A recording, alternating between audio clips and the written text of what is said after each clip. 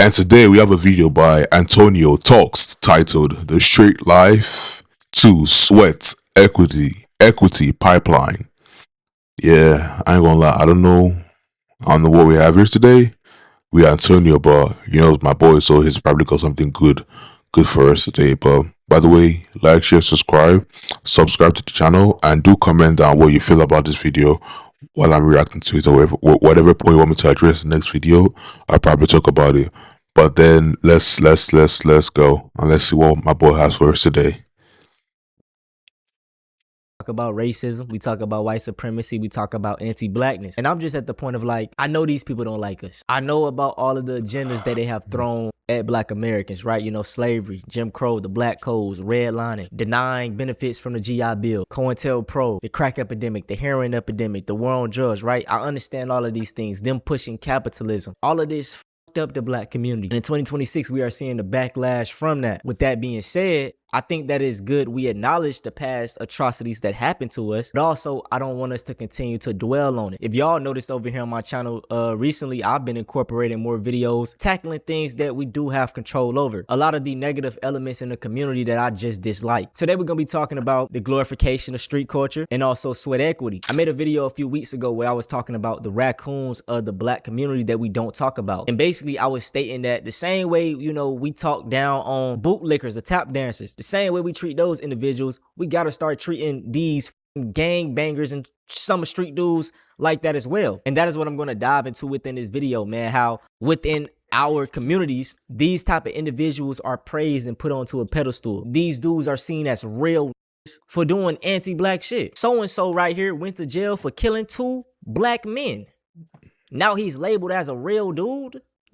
What? Buddy over here selling fentanyl, lace, pills, and crack or whatever, poisoning the community. But guess what? We got a person that came home from college, he got him a degree, and people don't even want to show him no type of love. They gonna call him a square for going to school and getting a higher education. We praise and we glorify a lot of dumb, stupid ass shit. And I just want to give a little context just to myself, right? I am hood adjacent. I grew up smack dab in the middle of the hood. And if you don't know what hood adjacent mean, it is basically a person who grew up the hood environment, right? You grew up in the hood, but you're not a street dude. And this is like 90% of the people that grew up in the hood. Me personally, I grew up in Columbia, South Carolina, right? And my childhood home, y'all, it was literally like a minute away from the colonies. Now, if you're from Columbia, the colonies has a very bad reputation.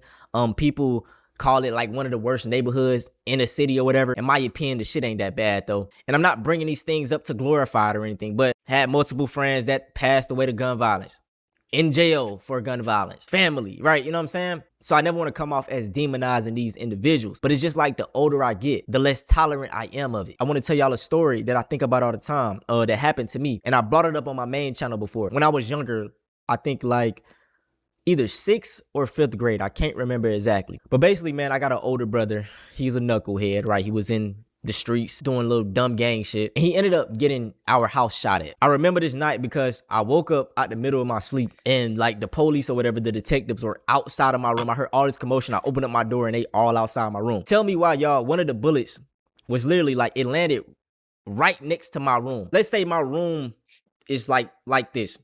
The door is right here, and it's a closet on the outside of my door. Yep. My bed is lined up right next to the door, just kind of far back. So the bullet hit right next in that closet, y'all. So if it would have hit over just a few like inches further, the shit could have hit me in my sleep. Yeah. Who knows? I probably wouldn't even be here right now. And I mean, y'all probably got similar stories to this of friends and family that then got hit by stray bullets, passed away. They ain't got nothing to do with anything. All because of dumbass street politics. Now, this clip right here, NBA Youngboy, is probably one of the reasons I even made this video. As of recently, he is beefing with Future. In this clip specifically, he said something that I had to address. And let's listen to it. Man, you niggas ain't no fucking gangsters. That's why y'all can walk around the states like that. Say, Pluto ain't no fucking gangster. Dude don't run around without no fucking security, especially not more than me. Do y'all hear how he's talking? He's basically clowning someone because they don't gotta watch over their back 24/7. Once again, why do we glorify dumb shit like that? So I'm pretty late on this whole situation right here, but this is one of Julio Killer's. As we can see right here from the caption, Julio Killer says gang life ain't worth it. At this point, we don't need a rocket science to tell us this shit. Most of the killings with this gang shit is basically retaliation, bruh. Niggas just don't know how to let shit go. Back in 2010, they brother probably got killed. They got revenge, back and forth, back and forth. At this point in 2026, they probably don't even know why they beefing. Let the shit go. Be the bigger man. Yeah. To my city, man. It ain't worth it, boy. Like, it ain't worth it. Like, me being a rapper from my city and Fulio being a rapper from our city, it ain't worth it. Like, my mouth getting dry, sorry. Like, the dissing, the beefing, the shooting, like, for what? Like, for what? Literally, for what, bro? Like I state, y'all got all this pent up aggression. Go slide through a sundown town. Y'all niggas got. I ain't gonna lie. So, I just let him talk to this to kind of grasp what he has to say about what he's commenting on, or rather what he's commenting on. Yeah, that's the correct thing to say. But then, I'm African, right? But I'm also Canadian, and I've been here for I think about 2 years, 2 years or so. Yeah, so yeah, and I feel like a big aspect to this this American culture is the music they listen to, the rap songs they listen to, the killing and the gang and everything, right? I feel like songs have a way of turning your mind, like just twisting your mind in a way, right? It's like enrichment or like impeachment. I don't want to say, but it's like bewitching. Yeah, that's the word, bewitching. So it has a way of like turning you into what you're listening to and everything, right? That's why I try to not like listen to like a lot of all these kind of songs. I try to listen to more of like R&B, more like soothing songs, so I can always be like calm and everything like that. But like I feel like if they just stop listening to, well, they can't stop, right? It's culture, but if you listen to more like soothing songs, more like jazz type songs, right? I feel like definitely you won't have much of a problem with all this kind of things, right? So I'm not hating on African Americans. I'm not hating on like black people in America, because they're local my people too, because they came from Africa, right? They came from Africa, and they had to experience that slavery and everything, right? They had to, like, so I'm not hating on them, but I feel like if they just listen to more soothing music, they would probably be better. And I mean, that's just part of what I want to say, but we can talk about the other stuff later. all this aggression for other black people, but when it come time to really stand on business, not easy. Motherfuckers ain't doing shit. Like, when you sitting in your cell alone, cold, it's lonely as hell in that bed. Everybody leave you. Like, nobody here for you. Like, the ones that's your ride or die, your girlfriends, whoever you love, the only person there for you is your mother. And maybe. Yeah. I mean, he ain't lying, bro. What Yeah, you gotta for sure. notice, to be fair to the Ain't gonna lie, people for sure. on the receiving end of this, the world gotta go on. Bills gotta be paid. hmm Kids still gotta get fed. Yeah. Roofs still gotta be provided and managed. This is why I say the whole street life thing is stupid, because these people are going to praise you, right? Let's say you go to jail for killing a nigga. The first couple of days, everybody gonna be on Facebook and Instagram saying free you. As the weeks go on and the months progress, those posts are going to get less and less posted about you. Life gonna go on. But guess Yeah. what? Hey, you a real nigga. You didn't back down and act like a whole ass nigga. Like, one friend, maybe, but it ain't worth it though, bro. Nah, it ain't worth it. It ain't worth it at all. I was 21 years old facing the death penalty. I never ever, my only interactions with law enforcement was traffic tickets. Wake up next morning, I'm facing the death penalty. That's how quick life can change. It ain't worth it, bro. That's all though. So this video right here is from another one of Fulio's killers. It says Fulio's killer get referred to as needed sweat equity. Based on Mr. Gathwright's age, physical abilities, things like that, do you think that the prison would benefit from him in a work capacity if he were sentenced to life without parole? I say yes. With my experience, not only just in classification, but as former warden and even as a jail administrator, he's someone that's young, he's healthy.